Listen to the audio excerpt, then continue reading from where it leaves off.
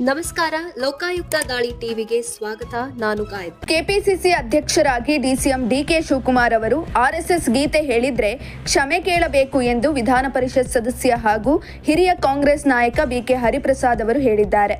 ನವದೆಹಲಿಯಲ್ಲಿ news first ಜೊತೆ ಮಾತನಾಡಿದ ವಿಧಾನ ಪರಿಷತ್ ಸದಸ್ಯ ಬಿಕೆ ಹರಿಪ್ರಸಾದ್ ಅವರು, ಬಿಜೆಪಿಯವರು ಇಂತಹ ವಿಷಯವನ್ನ ಸಮರ್ಥಿಸಿಕೊಳ್ಳಲೇಬೇಕು.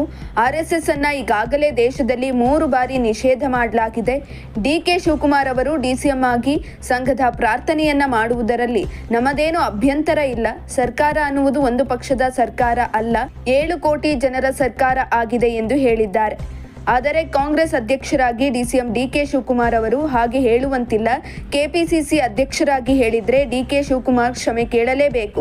ಮಹಾತ್ಮ ಗಾಂಧಿ ಅವರನ್ನ ಕೊಂದ ಆ ಸಂಘಟನೆಯ ಪ್ರಾರ್ಥನೆ ಮಾಡುವುದು ಸರಿಯಿಲ್ಲ. ಡಿಕೆ ಶಿವಕುಮಾರ್ಗೆ ಹಲವಾರು ಮುಖಗಳಿವೆ.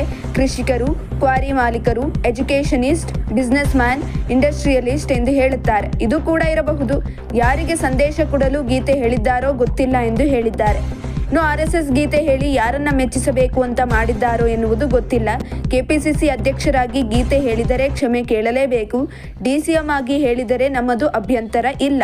ಡಿಕೆ ಶಿವಕುಮಾರ್ ಬಿಜೆಪಿ ಸೇರ್ಪಡೆ ಸಾಧ್ಯತೆ ಎನ್ನುವುದರ ಬಗ್ಗೆ ಮಾತನಾಡಿ, ಕಾಂಗ್ರೆಸ್ ಬಹಳ ವರ್ಷದಿಂದ ತುಂಬಾ ಜನರನ್ನ ನೋಡಿದೆ. ಸಾಕಷ್ಟು ಜನರು ಬಂದು ಹೋಗಿದ್ದಾರೆ. ಆ ಧೈರ್ಯವನ್ನ ಡಿಕೆ ಶಿವಕುಮಾರ್ ಅವರು ಮಾಡಲ್ಲ ಎಂದು ನಾನು ಅಂದುಕೊಂಡಿದ್ದೇನೆ ಎಂದು ಹೇಳಿದ್ದಾರೆ.